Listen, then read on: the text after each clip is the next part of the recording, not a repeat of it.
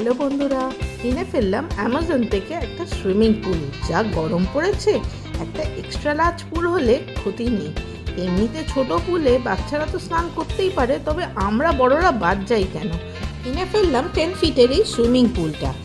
এই সুইমিং পুলটা ইনফ্লেট করা খুবই ইজি। এটার সঙ্গে পাম্প অলরেডি দেওয়াই থাকে, তাই একলাই অ্যারেঞ্জ করে ফেললাম পুলটা। এবার ছিল টাইম জল ভরার।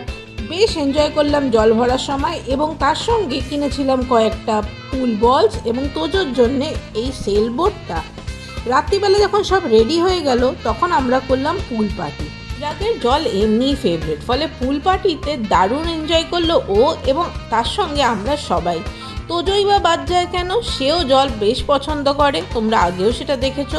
তাই তোজো তার নিজের ছোট্ট সেল বোটে দিব্যি এনজয় করলো পুল পার্টিতে। যদি প্রোডাক্টটা ভালো লেগে থাকে, তোমরাও অ্যামাজন থেকে কিনতে পারো। আমি ডিটেলস শেয়ার